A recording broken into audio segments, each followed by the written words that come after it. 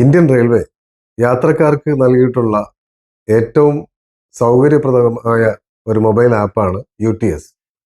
നിങ്ങൾക്കറിയാം, ധാരാളം യാത്രക്കാർ, ലക്ഷക്കണക്കിന് യാത്രക്കാർ ഇന്ത്യയിൽ ഈ ആപ്പ് ഉപയോഗിക്കുന്നുണ്ട്. അത് നമുക്ക് ഒരുപാട് സൗകര്യം തരുന്നുണ്ട്. അതിന് ഏറ്റവും ഗുണം എന്താണെന്ന് വെച്ചാൽ, റെയിൽവേ സ്റ്റേഷനിലെ നീണ്ട ക്യൂകളിൽ നിന്ന് നമ്മളെ രക്ഷപ്പെടുത്തുന്ന ഒരു സംഗതിയാണ് UTS ആപ്പ്. അത് അത്രയും ജനകീയമായത് ഇത്രയും സമയം നമുക്ക് ലാഭിക്കുന്നു എന്നുള്ളതുകൊണ്ടാണ്.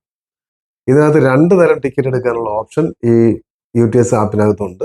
ഒന്ന് പേപ്പർ ടിക്കറ്റ്, 2 പേപ്പർലെസ് ടിക്കറ്റ്.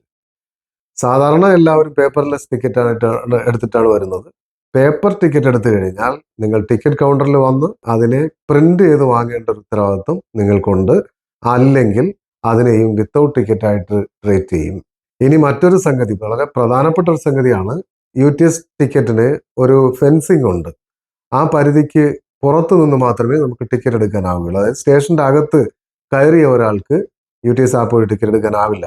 കാരണം റെയിൽവേ പ്രിമൈസസിൽ കയറുന്നതിന് മുമ്പ് അവരുടെ കയ്യിൽ വാലിഡ് ആയിട്ടുള്ള ഒരു ടിക്കറ്റ് ഉണ്ടെന്ന് ഉറപ്പാക്കിയിരിക്കണം.